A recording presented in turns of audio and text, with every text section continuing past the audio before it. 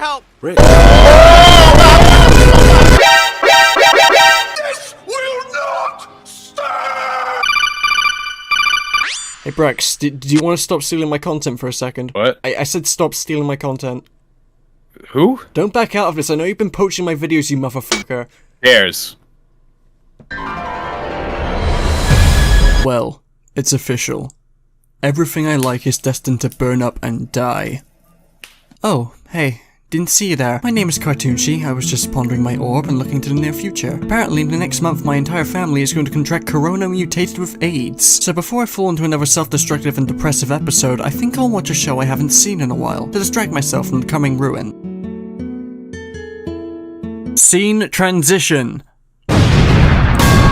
Rick and Morty is, unfortunately, a very popular Adult Swim animated series created by Jim Rolling in the Deep and Daniel Hormones Pumping When I Have Sex with a Children's Toy. It's known for a lot of things outside of its detrimental impact on our culture. Some good, some bad, but mostly bad, but it is pretty good. Starting as a crude Back to the Future parody and quickly establishing its own identity, the show is the most popular Adult Swim show of all time, and from the looks of things, one of the most beloved shows ever made. Season 1 of Rick and Morty came in more unexpectedly than my birth, and charmed audiences around the world with its clever meta-humor, its surprisingly compelling narrative, and heaps upon heaps of mind-sucking to go around. It's not often you get a show that has no bad episodes in its first season, much less have every episode be an absolute gem in its own right. Not only was it funny, it had characters with more to them than what originally meets the eye, moments of fascinating nihilism that today may come off as Reddit tier, oh we are but a speck in the infinite cosmos of the multiverse schlock, but back then it was hard-hitting, even if in hindsight it was more try-hardy than your average sniper main. I know it's a massive meme to say that Rick and Morty is smart, thanks to a select group of individuals, but it really was at times. Believe it or not, it does take some form of intelligence to write a character as layered as Rick, even if you don't need an extremely high IQ to understand. That's not to say the show was some profound, emotionally mature introspection or meaning and place in the universe, because if you go in with those expectations, you may find yourself obsessively analysing the subtext for the scene where Rick rips a fat one in front of a planet full of women. But it was the subtle touches of these themes that made the show stand out more than its already wildly different humour was doing for it at the time. Season 2 expanded on the show immensely, with better animation, more jokes, character development, and an honestly well-written narrative with an overarching story amid the episodic craziness. It's not what I was interested in personally, but the cartoon community eating up anything with the semblance of a to be continued. Sit your bird ass down! Tammy?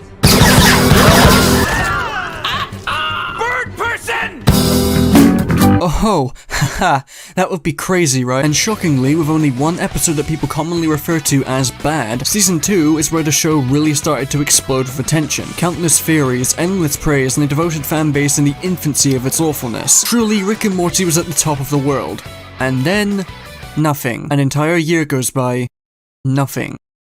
Everyone kept quiet for a bit after this. And then come April Fool's Day, Roiland and Harmon speed down the highway, fuck you, Samurai Jack, here's Rick and Morty Season 3. An explosive beginning that to this day is still one of the show's best episodes, from an action standpoint. With this one move, Roiland and Harmon had not only revived the show's fanbase, but the attention attracted so many viewers. Season 3 was easily Rick and Morty at the peak of its cultural relevance. Memes were made, of varying quality, petitions were signed for a McNugget source foreshadowing the darkest day of humanity, and Season 3 was slated to be fully aired during the summer of 2017.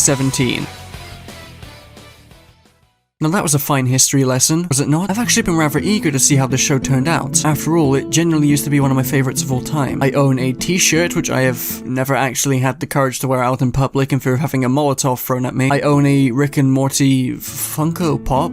Hey, it was 2017, different times, and it sits neatly on my shelf amid a row of black-eyed creatures silently staring at me from behind and filling me with existential dread as a constant reminder of my horrible money-spending habits. Oh yeah, that's the perfect way to spend my grandma's inheritance. I also have a small poster that's in a rather unfortunate position as it constantly looks like the mercs from TF2 are going to come down and beat it to death. Believe it or not, I did own a lot more merchandise than this at one point. You wanna know what happened to that? Fire in the hole! But now we're getting sidetracked. I'm quite interested to see where the show went after all this time. So with that said, everyone grab your popcorn, your Rick Sanchez body pillow, and what have you. Welcome to the future of Rick and Morty. A pickle Rick!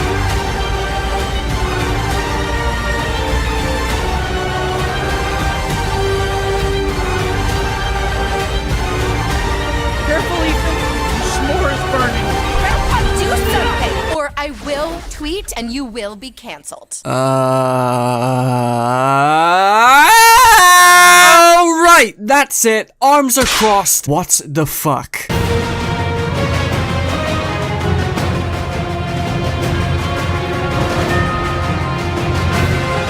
Now, I'm struggling to find a cohesive way of phrasing this, so I'll just outright say it. Rick and Morty fell off. Plus ratio, plus unfortunately your mother. There are many parts of Season 3 and over half of Seasons 4 and 5 that contain writing so badly unrecognizable compared to the show's previous feats that each one of these seasons contains at least one episode that could be classified as a sin in the New Testament. I don't know what happened. Was it a sudden change in cognition? Has the show been corrupted by the woke? If that's the case, I suspect whoever approved the Sperm Baby episode to have some kind of severe learning disability other than being obnoxiously horny, and a Cartoon Network executive. If anything, I'm concerned about this show. Not just because it's bad now, although it is. I mean, I think it's trying to tell me something. Trying to keep a continuing plot going on while constantly mocking serialization. Self-loathing, in other words. Continuously referencing things, hoping people will laugh at them because they recognize it. Self-doubt. Then there's the Sperm episode. That probably counts as self-harm, actually. Oh. Guys, it is okay. I'm here to help you. Gamergate. Okay, never mind. This is yet another tale of seasonal rot, a tale you're most likely all too familiar with if you watch anything these days, actually. But this time it's about something that I used to genuinely love unconditionally, so this is technically my Archduke Franz Ferdinand. Whether it is the originally fun meta-humor being 2 wrong steps away from a Marvel movie, the creativity being exchanged for creativity, or the originally solid overarching story being taken about as seriously as a modern Gwenpool comic. There's plenty for me to rip into, and I don't exactly take pleasure in doing so. I'm going to be mean in this video. I'm going to be very mean, actually. But it comes from a place of love for a show that seems to have taken memes on DNA of the soul far too literally. Expose someone to cringe long enough, they will learn to seethe. They become a coper. Desperation, love, anger. All memes, all passed along. Monsoon 4-6. The thrilling spectacle of a show that has run out of room to grow its gargantuan ego. After all, you need to have a very high IQ to understand you're wrong! About me, I mean. Moving on helped me forget about the seething inside. But who am I kidding? I was born to cope! Please don't say it. Doctor! Turn off my cringe inhibitors! Oh god. This will be a sort of deep dive into the modern hellscape that is Rick and Morty today, and to definitively figure out the how, the what is why, the who conceived and whenever or however no matter whether, and claw through the walls of uncertainty that surround my steadily declining mental stability, but more importantly, the future of Rick and Morty. Let's begin.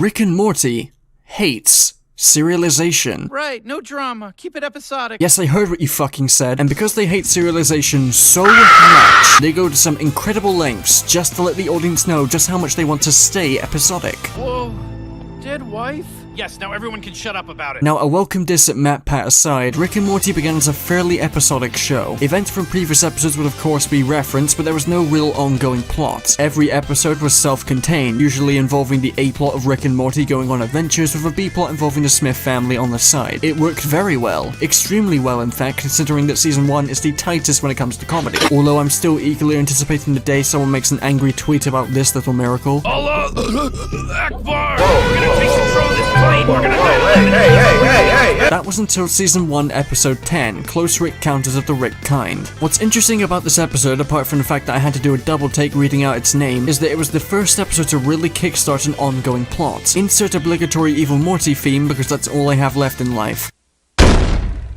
Kermit's suicide.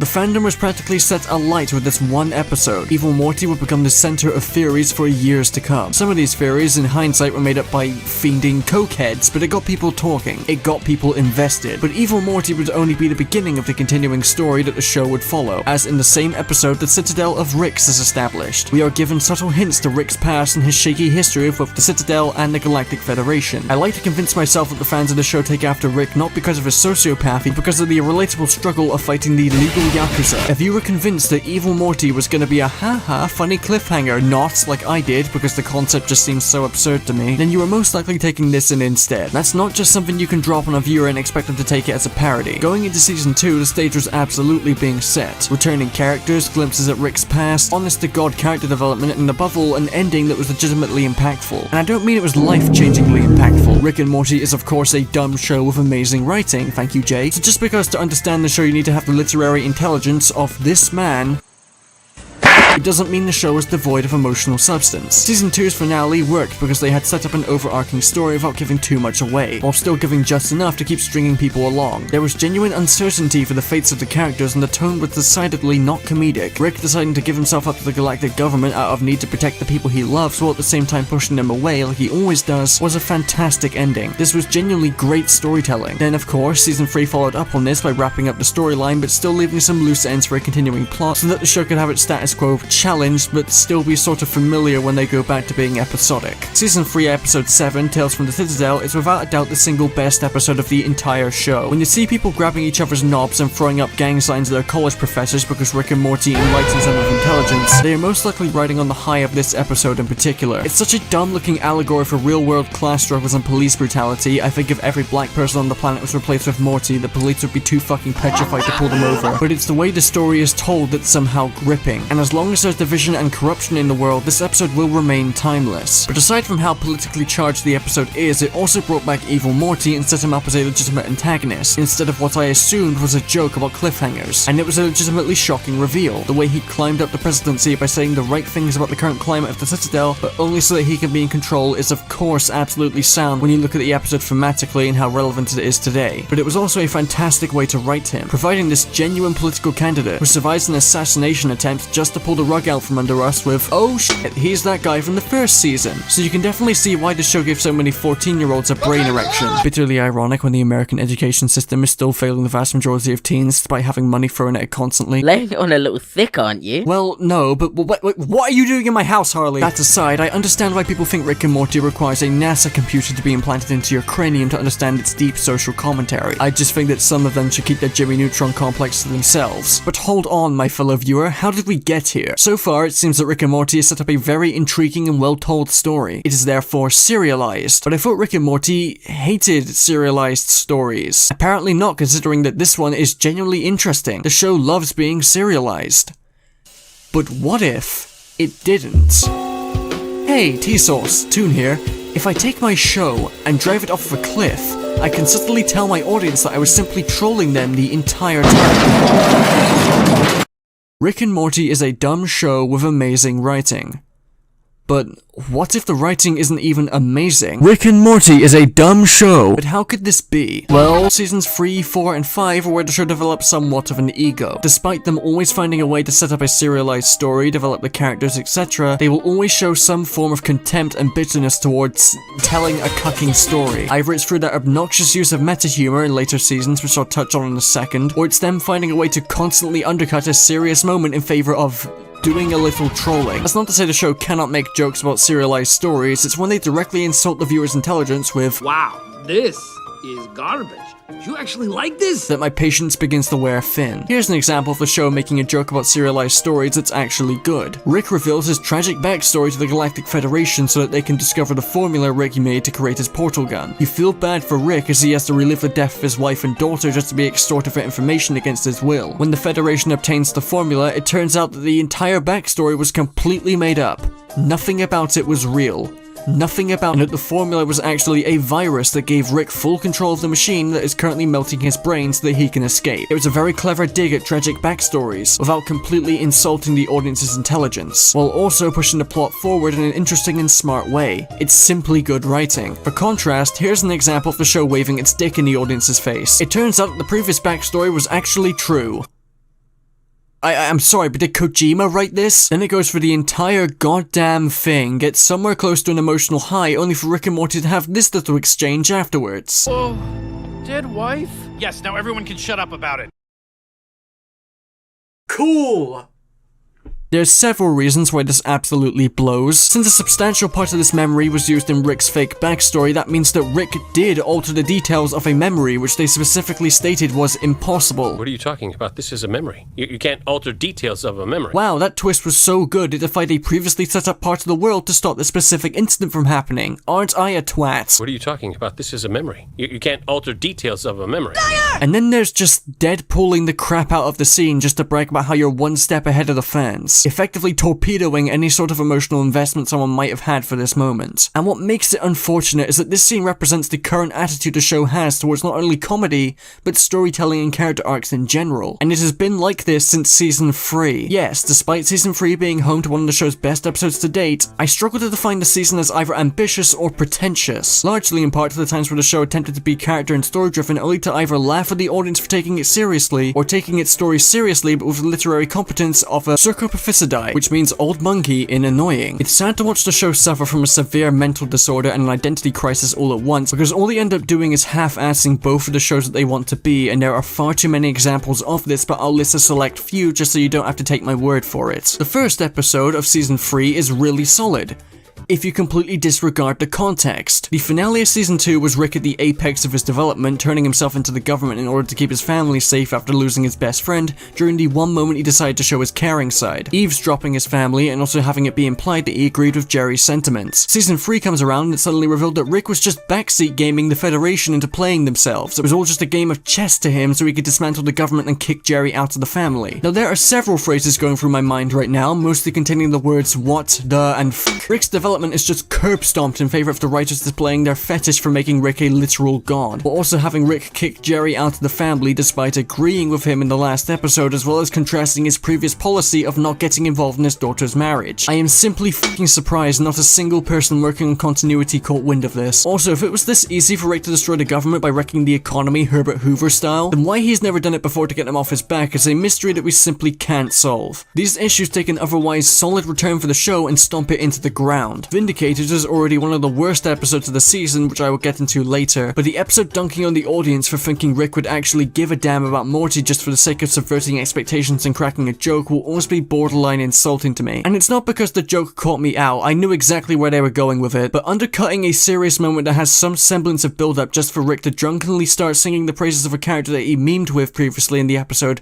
feels incredibly tacky. And the reason why it feels tacky and unfunny is that this joke has been stuck on repeat for 3 seasons. Rick dismisses any possible carry yes from Morty with a joke, except here there is legitimate build-up to a slightly different kind of scene only for it to be the same joke we have heard for 3 seasons. And when the show isn't trying to make a joke about character development or serialization, it opts to actually taking it seriously and then somehow failing harder than the infrastructure of Libya. The entire plotline involving Beth potentially being a clone is one of the most embarrassing displays of the show flaunting its intelligence while having the depth of a puddle. The scene where Rick starts giving a speech about intelligence and the universe to Beth when proposing the idea of cloning her so she can live a separate life is so up its own ass you'd think it was ripped from a David Cage game. It seems to walk the same line that Morty's monologue to Summer in Rick's Minutes did, except there the conversation was grounded. It brought up a life-changing event for Morty from a previous episode, that being him burying his own body. He actually gave Summer an answer to her feeling of being an accident, and it was one of the many parts of the show where its nihilistic themes had some form of soul, telling both Summer and the audience that nothing matters in the end, so they should just make the most out of life and just enjoy themselves. It's both poignant and effective. ABC's of Beth, on the other hand, aside from being the worst episode of the season, for reasons explained later, is so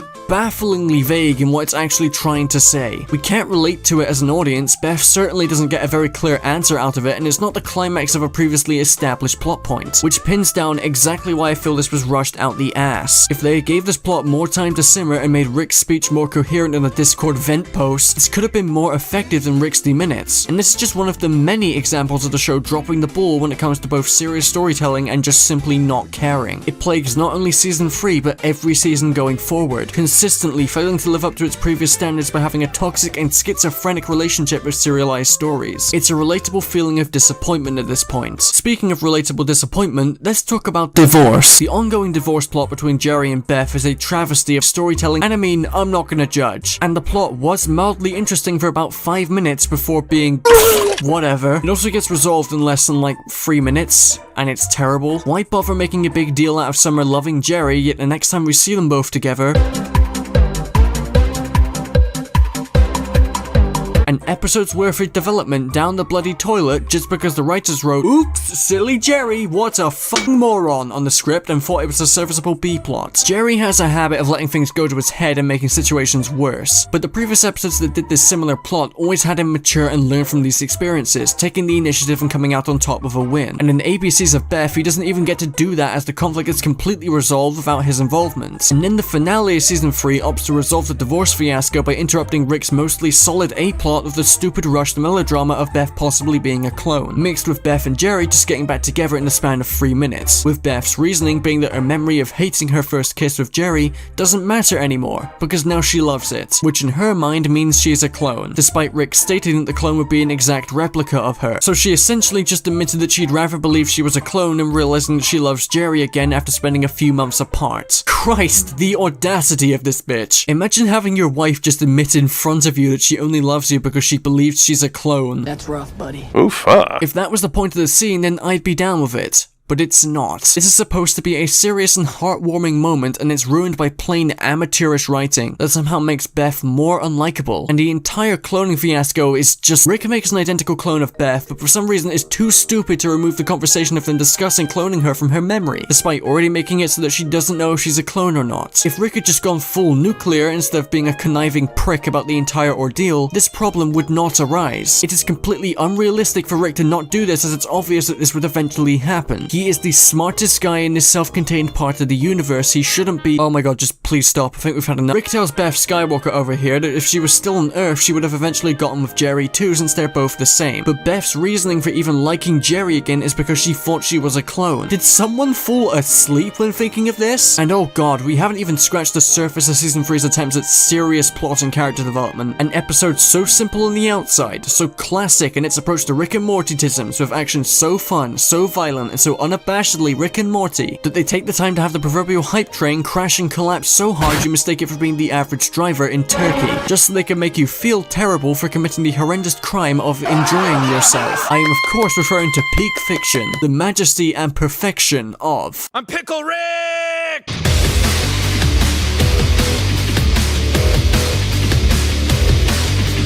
Pickle Rick is the storytelling masterpiece that redefined Adult Swim's legacy. The personification of the word comedy and all of its varying synonyms. Vaudeville? Does this mean Funnyville exists? Pickle Rick will occupy the church of that— oh, never mind, it's French. Okay, pack it up everybody. Show's over. Wanna know what's funnier than the French? Pickle Rick, of course! I slipped my arms when I was 14 and horribly depressed. That is what Pickle Rick is like. Off-the-wall entertainment, and then suddenly you get a sledgehammer to the bollocks reminding you you just enjoyed watching people getting brutally murdered. Providing a lecture where a therapist sits Rick down and explains to him all the nuances of his character and his fatal flaws in an attempt at being smart and grounded, but it instead ends up being the worst case of tell don't show I have ever seen. If you want a quick and easy way to feel like you're being scolded by a writer's mouthpiece for liking something, watch Pickle Rick. Such a masterclass in being condescending. By now you have probably picked up what season 3's main problem is. It tries to be ambitious with its storyline and characters, but not only struggles with deciding when's the right time to take something seriously, they also struggle with general consistency and coherent writing that doesn't bring the script to a screeching halt. And it overall severely handicaps how much you're going to enjoy an episode. Take the Whirly-Durly conspiracy for example. The A-plot involving Rick and Jerry is fantastic, and if that was it, then it would easily be one of the best episodes of the season. But the B-plot involving Summer, Morty, and Beth not only completely ignores Summer's character development from episode 2 by bringing her down from her badass and independent side to a sniveling, self-loathing mess who tries to make her breasts larger just to get back with her boyfriend. It is completely and shockingly out of character, and the resulting B-plot cannot be saved because it is inherently dumb. That's not even taking into account what the series does to Morty. Morty becoming more like Rick over time is completely believable and I love the idea, but having him become borderline jaded and pissed off to the point where he mutilates Summer's boyfriend for the crime of being a bit of an asshole is so hilariously out of character for him. It's not like he was always this jaded beforehand. Sure, he was on his way there, but this was a massive leap from what we saw of him previously. Morty's development is seriously rushed. He's just a mini Rick at this point. And if you're going to develop him like this, try to commit, because randomly turning him back into the horny teenage average cartoon she enjoyer for a specific episode only helps to make things more inconsistent. Episode 6 is also where the balls were sort of dropped, just not as severely as the other episodes. It's alright, but it's mostly carried by what could have been a brilliant concept and just not not so much the execution. No one speaks like a human being here, and it all goes by far too quickly. These are just a handful of problems for Season 3 specifically. If I could go through each episode scene by scene, I would, but I don't want this video to be too long.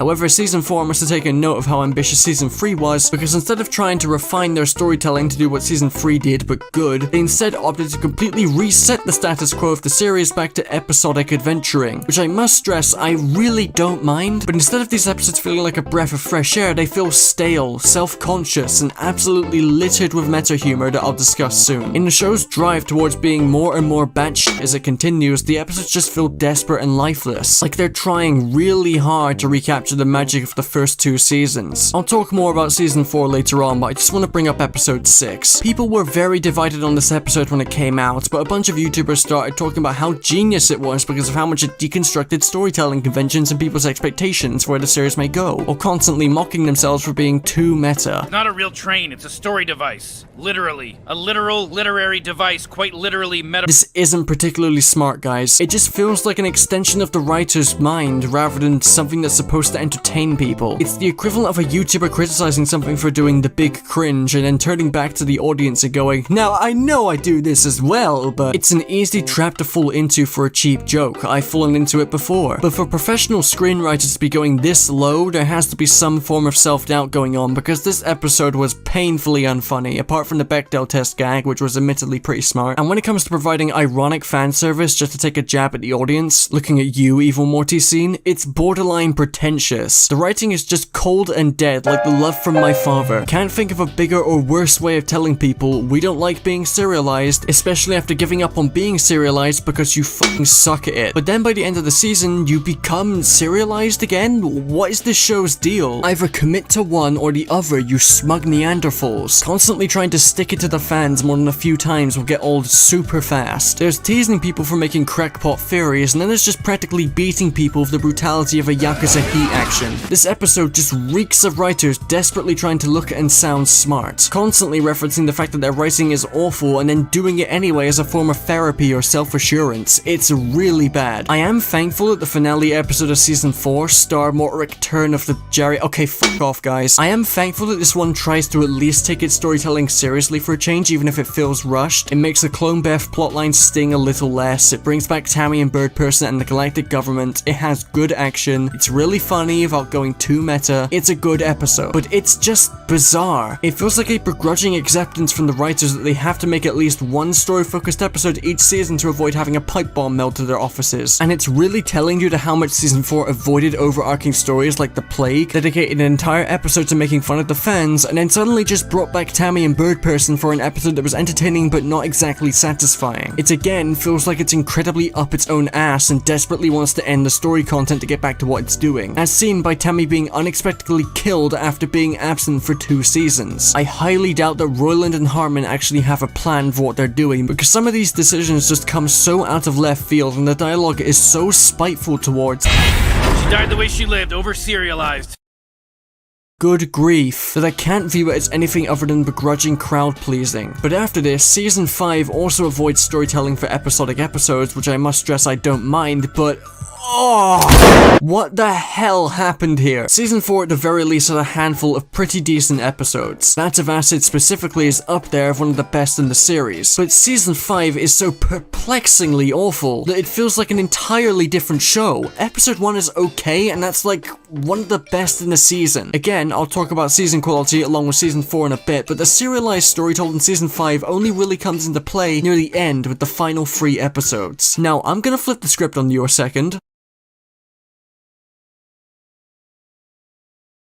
There we go. So basically, these episodes are the best in the season, but I'm a little mixed on the execution. Episode 8 finally resolved what's going on with Bird Person, and it's a cliche and very simple episode concept for Rick and Morty. But what it does is admittedly interesting. It's not short on comedy for the most part, but yeah, it blows. But what's interesting is that there are many parts here that are played completely straight. It's not a particularly good episode due to how absolutely insane the pacing is, but it does a lot of stuff that I would love to see the show continue doing. The interaction relationship between Rick and his younger self are brilliant, and a lot of moments here really get to the heart of Rick's character. You know, without requiring a fucking therapist, that he is an inherently contradictory person who believes that nothing matters but still tries to connect with people only for, well... Even though nothing matters? Okay, you matter. To me. Would you like to join me doing awesome shit that matters? No, I would not. I would rather be a judgmental dork. Case closed. Underneath all of the usual Rickisms is a deeply troubled and lonely person who pushes people away, and we technically already knew that. But to see it be explored further throughout an entire episode that is played mostly straight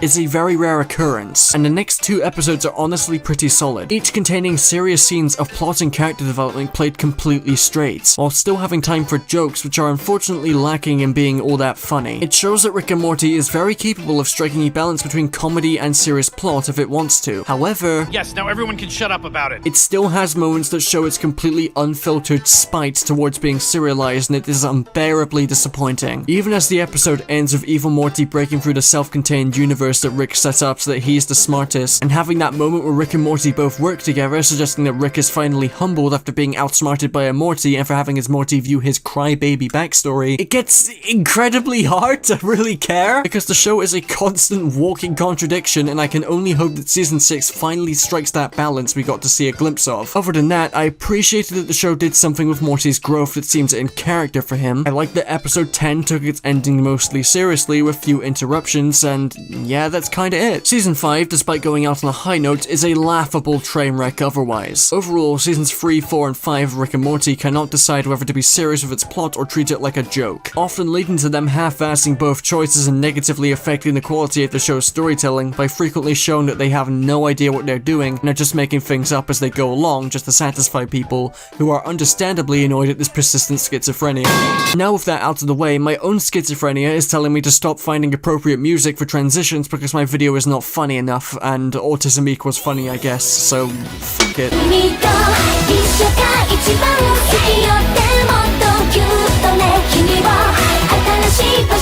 Now, let's jump into the disintegration of creativity which led to the show's seasonal rot. Elon Musk and his consequences have been disastrous for the human race. Wait, that's not it. Let me fetch it. Remember when Rick and Morty episodes offered a weird but interesting premise and not only provided clever twists and turns, but were also written unpredictably in a way that didn't just rely on the shock value? Season 1 and Season 2 understood this assignment better than the others, and it's telling just by how different they feel in comparison. Remember the simulation inside a simulation inside a simulation where Rick tricks both the antagonist and the audience in order to win? Remember Rick's faulty love potion that completely destroys humanity, forcing him and Morty to move to another dimension with the contrast of Morty's shock and Rick's jadedness, implying that he's done it multiple times before? Remember the episode that was just f***ing ad-libbing, before then spiraling into a story about the effects parenthood can have on careers? Remember how all of these were much better and more surprising and tasteful than the f***ing slut dragons and the cum monsters? There lies the fatal problem. Even if Rick and Morty couldn't nail basic storytelling progression, I expected them to at least keep their quality of entertainment consistent. But alas, here's an episode comprised entirely of jokes at the expense of fans and itself in an effort to look smart. Here's mutant turkey people.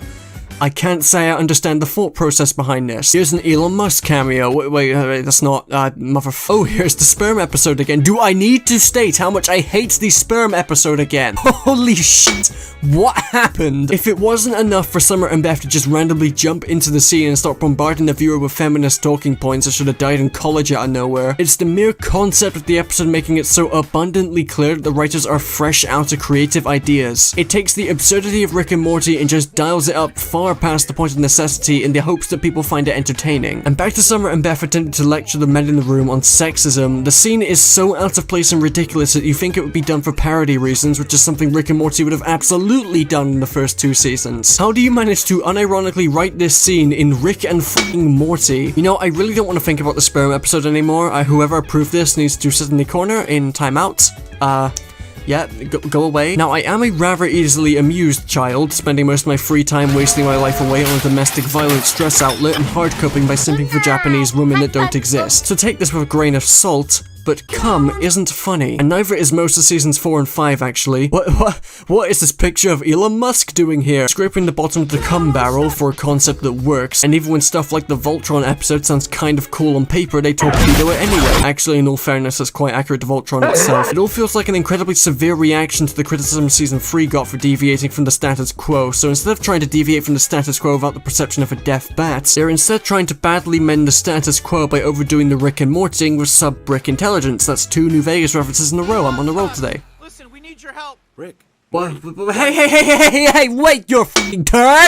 I mean, when Rick and Morty can't make an anime parody funny, something plenty of cartoons have done in the past, including children's ones, then there's a problem. While we're on the topic actually, this isn't just a problem that stemmed from seasons 4 and 5. Sure, they were the ones to fart on the flames, causing a deadly explosion, but the warning signs of the machine breaking down can be traced back to season 3, within the only episodes that actually feels disconnected from the horrible storytelling. Morty's Mind Blowers was season 3's replacement for an interdimensional cable episode, where instead of ad-libbing commercials and programs on interdimensional television, they instead opted to creating an anthology of sorts, of adventures that Rick had wiped from Morty's brain that he couldn't handle, spiraling into Morty realizing that Rick had just been wiping memories he didn't want Morty to remember, and then resulting in them both losing their memories. The memories themselves vary from mildly entertaining to some of the most boring shit I have ever seen. The vast majority of the memories were unfunny, and instead of actually tackling the idea of Rick controlling Morty's entire worldview through mind erasure with a bit more seriousness, which could have led to a standout episode of both the season and the entire show, they instead opt to erasing both Rick and Morty's memories just to create more opportunities for terrible skits. Let's compare that with Rick's 3 Minutes. All of the comedy is entirely improvised, with the visuals being animated to try and paint a picture of what the f*** is going on in Justin Roiland's brain. Even when it isn't funny, the concept of it is so novel and the idea is so out there that it's hard not to appreciate the effort. And it's good then that most of the improv was actually funny. Inherently, professional voice actors and comedians trying to come up with a weird, nonsensical story on the spot, while not editing out mistakes or brief laughter, is immensely more entertaining than watching 20 minutes of mediocre skits that are structured and confined to the adventures of Rick and Morty only. Rick's 3 Minutes also uses the concept of the characters being obsessed with seeing their alternate lives across the multiverse with good drama surrounding Beth and Jerry's relationship, and some are feeling like she was an accident. It had a perfect balance of improvisational comedy and effective dramatic and emotional beats, and it's why you always hear people talking about Rick's 3 Minutes, the episode of Rick and Morty with improvised comedic skits and commentary on parenthood in general, yet nearly 5 years after it aired, you never hear anyone talk about Morty's Mind Blowers. It is an inferior comedy that wastes the potential for good drama in service of jokes, and it is perfectly representative of the show's desperate attempts to recapture its former glory, and just how much the writing has changed, by trying to replicate an episode that had already been done and failing in every possible way. In many ways, things will be like season 1, but more streamlined. Now look what you fucking did. You really don't have to be a critic to notice the steep drop off in quality.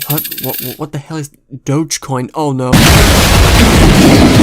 Elon Tusk, is yet another example of the show being short for ideas by taking the Simpsons approach to celebrity cameos. And I mean modern Simpsons, not classic Simpsons, which told actual stories with their cameos most of the time. It's like, yeah, it's Elon Musk, congrats guys, how much did the subreddit pay you to do this? It's such pathetic pandering. It's no wonder Reddit is in love with the show. There is a scene in the episode featuring massive meme celebrity Elon Musk, where Rick just sits down and starts playing Minecraft to Elon Musk's intrigue. That's the joke. Rick Sanchez from Adult Swim animated series Richard and Mortimer is playing Minecraft with Elon Musk in the room, and no one saw the jokes that could be made at its expense. Fucking laugh! And that, children, is why Elon Musk is a try-hard meme celebrity who uses his status to try and create a parasitic relationship with his crypto investors and leeching Reddit audience. You're welcome! Why am I allowed to communicate with other human beings? Like, what? When people on IMDb start realizing that your show is in the gutter, then you have a problem. Although, of course, you can just win them back with a story episode, that always works. And speaking of drying creativity, I don't know what the fascination with Rick being a god is about, but the fact that they had to retcon the dumbass idea that he was the smartest man in the universe for the season 5 finale really speaks volumes as to how broken they made Rick. All tension, all stakes are completely annihilated from every episode because Rick is just an all-powerful, all-knowing god. Previous seasons firmly established that while Rick was powerful and incredibly smart, he was not invincible, nor was he incapable of making massive mistakes. Remember when he Cronenberged an entire planet because he couldn't create a proper love potion or an antidote? That doesn't seem like something the smartest man in the universe would just do. And that's just one of many moments where Rick is clearly out of his depth. And that's in season 1. And yes, we know now that Rick isn't the smartest man in the universe, he's the smartest man in his contained party. part of the universe. But this comes off as the writers doing a sharp U-turn before driving the show into the pits of hell, as this was not shown to us beforehand, and it's very clear that in every season past season 3, the writers are incredibly insecure about the criticism the show received, and go to some bafflingly desperate levels in order to rectify their fuck-ups. And it still doesn't make any sense, because in the Ricks Must Be Crazy, the entire plot hinges on Rick creating his own little universes, Microverse! Teenyverse. okay, yeah, thanks, which contain people that eventually develop to become his equal in terms of intelligence, effectively confirming that the season 5 finale was a desperate retcon. It is impossible for the same guy who literally says taking things for granted to be the smartest guy in the universe, or even his own self-contained universe especially, when evidence from previous seasons continue to create massive plot holes and contradictions. Or how about Rick just being an all-powerful god, seemingly able to bullshit his way through every conceivable threat now that he's a living Swiss Army knife, and it's always dependent on the situation and what the writer wants Rick to do, as opposed to setting believable limitations for what Rick is capable of. At any given moment, depending on if the writers want Rick to win or lose a fight, Rick can just have insanely complex cybernetic implants, invincibility shields, shields that protect its heart, electricity shields, laser bracelets, extendable staff, the ability to create multiple clones of himself, hamster ball, random bullshit go, and it's never a constant. Rick just either has some of these abilities, all of them, or none of them, depending on what the writers want, killing all possible stakes and tension. And what takes the absolute piss is that Rick can literally win any fight that the writers put him in if he took full advantage of these abilities, but it's like he never realizes he has them. This is a man who can instantly kill people just by having them touch him. There is no way for him to lose. What was that? Death. What kind? Instant. That would have come in handy for the time where Rick went toe-to-toe with a literal god.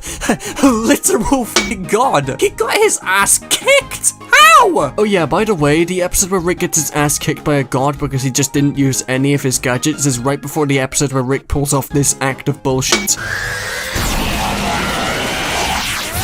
Rick has used goofy gadgets before, but it has never been on a level where he can literally kill people if they touch him, and then suddenly have him be completely nerfed when fighting an actual god. And it's not like he is in any danger anyway, because apparently Rick just has a special Operation Phoenix that makes it so that whenever he dies, his mind is automatically uploaded into any Rick currently being stored in the basement in any dimension, casually just revealing that Rick is immortal anyway, because stakes be damned, I guess. Rick can die all he wants, he will just instantly be brought back to life the miracle of fucking bullshit. Rick destroyed his Operation Phoenix like 2 seasons before this, deeming it worthless, and I totally would have accepted it if they just had us forget about it, have Rick die in a later season and then be summoned back for his own machine. But since Rick just destroyed his Operation Phoenix stuff, it seems like the mightiest of ass pulls to just bring him back to life via any dimension. And even if that doesn't work, he has an entirely different method of bringing himself back to life requiring Morty's input. So what's the point in any of the later episodes when they try to give the illusion that Rick is in actual danger when he can just be brought back to life easily in his own universe? And if that doesn't happen, he can just hijack any universe's Operation Phoenix and reincarnate himself. This show is so well written. This again strongly conflicts with the first 2 seasons where Rick seemed to be given actual limitations by people. There are so many scenarios in the first 2 seasons where Rick would have greatly benefited from having these gadgets, and yet he never used or had any of them on him, despite some of them being cybernetic implants that would certainly remain in his body. Why bother with hand-to-hand combat or gunfights when you have the power of God and anime on your side?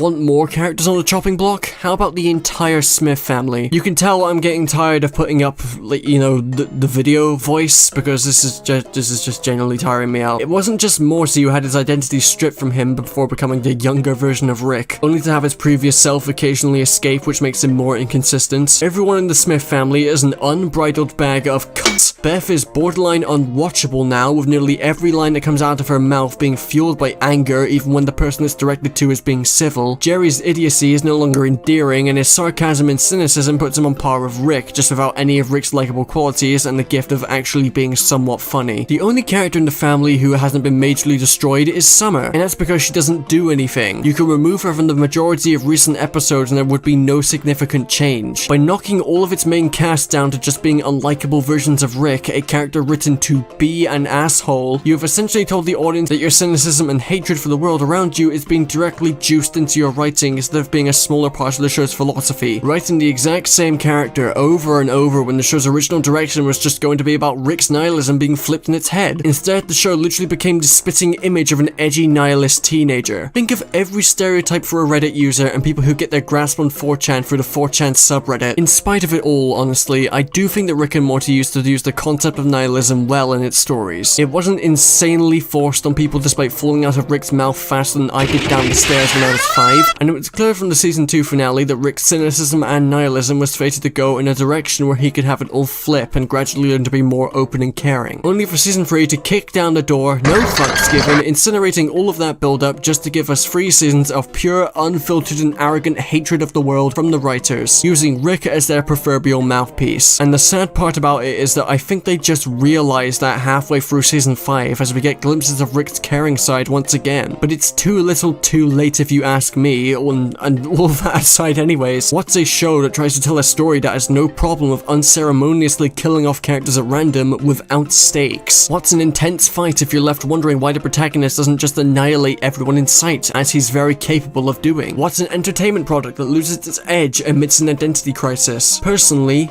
a waste of time. And that's just the sad truth right there, isn't it? All these lost viewers, 1-star ratings, rotten reviews directed at a noticeable lack of care. Rushed storytelling, inconsistent rules and characters, episodes that strive to recapture that old Rick and Morty feeling only to painfully fall short and deliver an episode carried by ludicrous premise after ludicrous premise. Following a right track and path for creating something special but tainting it with wasted ideas, sterilized jokes. The creativity just isn't there. All of this criticism only for viewers to be dragged back when they lay out the bait for a constructed story in a rather subpar fashion. And we'll all keep falling for it, hook, line and sinker every time, because we watched this show for a long time. Think about it really, this show is nearly a decade old at this point. We're just around for the ride, ironically or unironically. The show is a fascinating car crash of wasted and spoiled potential that we just keep observing, as we wait for it to recapture that one burst of lightning in a bottle that reminds us of the good days. Alright, that cut a little deep at the end there. Here's my cat for some healthy juxtaposition. Look at her go. Beautiful little creature. Okay, back to Reddit.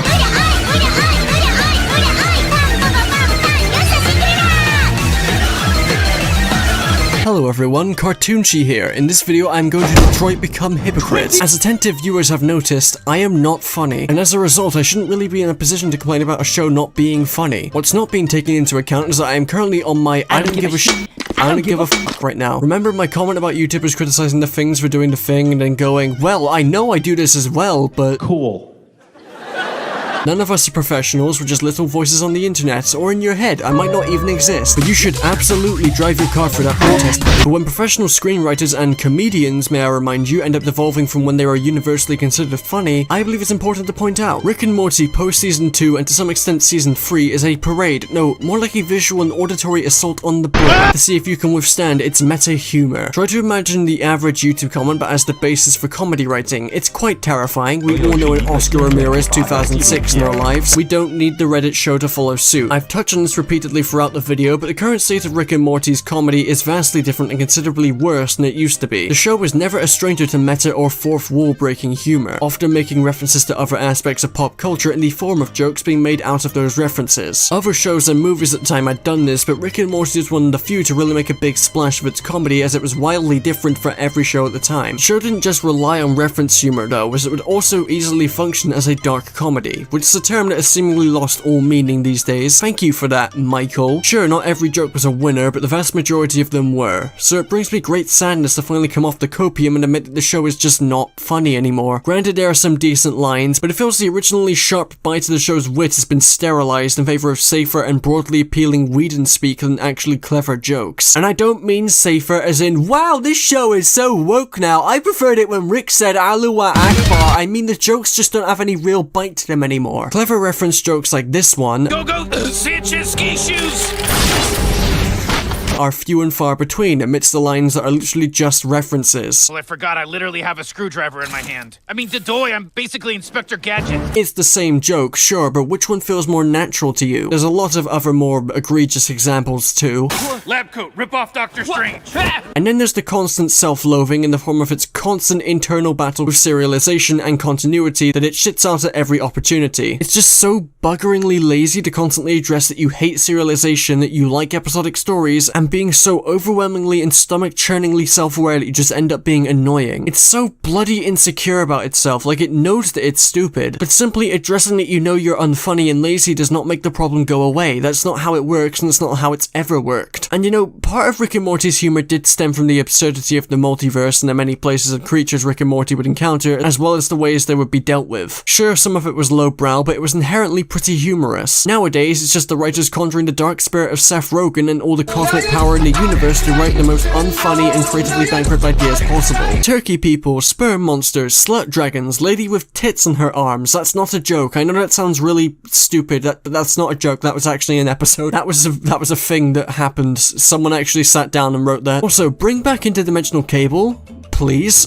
Have my babies. I know that the second one was marred by a really crappy main plot, and Morty's Mind Blowers was a massive letdown, but just bring back more of the improv stuff. I'd love to see a proper interdimensional cable free, and with the new dynamic between Rick and Morty being established via season 5's finale, the opportunity to use interdimensional cable and its improv comedy as a mask over an episode that's at heart fairly dramatic and earnest would be a great return to form. How would that episode play out exactly? Well, I don't know, it's just a proposition. But what made Rick and Morty so lovable was how it went against genre and television conventions. An entire episode full of improv gags that also includes effective drama and character development is the last thing people would generally expect from a TV show. And maybe that at heart would make the concept of interdimensional cable more predictable since we know the shtick, but I think it's been a while since then, and also Cable 2 and Mind Blowers weren't exactly riveting in the drama department. I see season 6 as a perfect opportunity to bring interdimensional cable back, and the possibilities for drama underneath the absurd comedy are now practically limitless with what's been set up, along with Rick's direction as a character being haphazardly corrected. I apologize if there wasn't much to talk about here, but it is very easy to narrow down the problems with the comedy of recent seasons. It heavily relies on meta humor to work, and it still fails. It's like it's afraid to make any kind of joke while having to reference something to back it up. But that's not what humor is. It's such a sterilized show now. It reeks of Whedon. And you know, maybe there is a kind of, possibly, sort of, maybe, not really, but possible argument to be made that new writers are woke and bad and are catering to modern sensibilities. But what, are you expecting me to get really ranty about that? Well, sorry there, buddy, but I'm not the quartering. And even then, I still doubt the show is woke.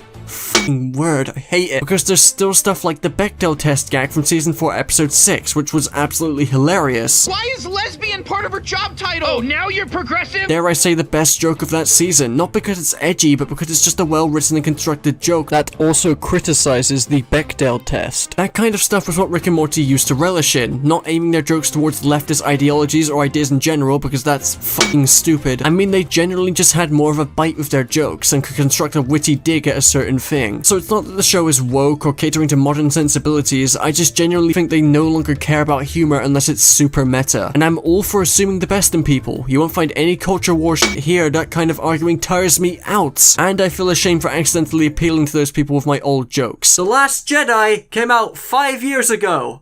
Chill out. So generally, R&M's comedy can absolutely be criticized, not because of personal taste, but because there is a clear lack of effort compared to previous seasons. You don't have to be the king of the fucking comedy area to see the clear differences between pre- and post-season 3. And given the small glimpses we've seen of the old writers getting some of their brilliance in during newer episodes, it feels understandable to me to take issue with what's currently being given. No one wants to see another Archer form of comedic decline. That just hurts to think about. Well, I can't say I'm all too happy about this. Sure, while this decline might not be of the same severity as other shows I've talked about over the years, it's sort of unique in how bad it is. Rick and Morty's decline is just depressing. It's annoying and frustrating, but not in a way where it feels cathartic to express your distaste for its current direction. It's just sad. My main concern with all of this is how long the show can even last for with its streak of bad luck. It's clear that with recent seasons that the show's ratings have tragically declined and faith in the current writers is not exactly strong. And it's all perfectly reasonable. reasonable. The main thing I'm shocked with is just how fast seasonal rot hit the show compared to others. It took 2 seasons for Rick and Morty to finally buckle under the weight of its own hype. And that's just it. It's a show that tried to ride the waves of its own hype and seemingly believed it was this poignantly cynical and nihilist dark comedy that exists to spread its message of life being meaningless, when that was never what the show was originally aiming towards. Sure, it was cynical and nihilistic, but it was never overbearing, and it added a good bit of nuance to the characters and how they viewed the world around them. And now, every character has had their individuality stripped from them and are just mini versions of Rick, with moments of breaking free from that horrible change in accordance with the current plot for an episode which only makes them more inconsistent. And the sporadic high-stakes cockfighting between writers who want to take things seriously and those who don't want to add to the mess. You simply can't help but get lost in the fascinating madness that is Rick and Morty, and discerning why everything turned out the way it did is just as perplexing. I mean, 1 minute the show has meaningful commentary on existence from the perspective of one character, and then the next second the show does a little trolling, does a little cum swallowing, does a little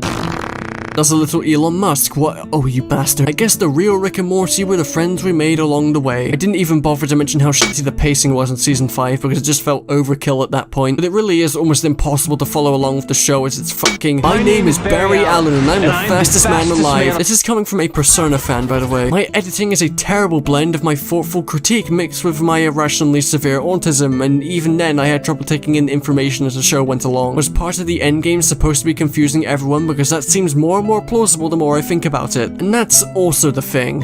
I cannot discern why the show is the way it is. When one of Adult Swim's newer and much better shows does a fantastic job at demonstrating how insufferable your constant insistence that life is meaningless is, and the only one who's left to defend you is some 14-year-old B nihilist, it's time to wake up and smell the crack in your writing den. And you know, maybe after seeing season 3 be so heavily praised by people most of the time, we were all waiting for the moment it would fall. Perhaps that was it anyway, because if there's one thing people like, it's having a popular negative opinion and to watch something beloved fall into the pit of hyenas that is modern animation discussion. Perhaps that's some of my own cynicism seeping in there, as I jumped at the opportunity to make this video when I became convinced that the show was at the end of its rope. Then again, comebacks aren't uncommon after seasonal rot, and with season 5's finale taking the show into a much needed direction akin to that of season 2, maybe Rick and Morty could take the opportunity to become truly worthy of its previously godlike status, as much like Rick himself, it takes a healthy amount of humbling to finally bring a god to its knees, and to wake up to the reality of his situation. And that, my friends, is the real reason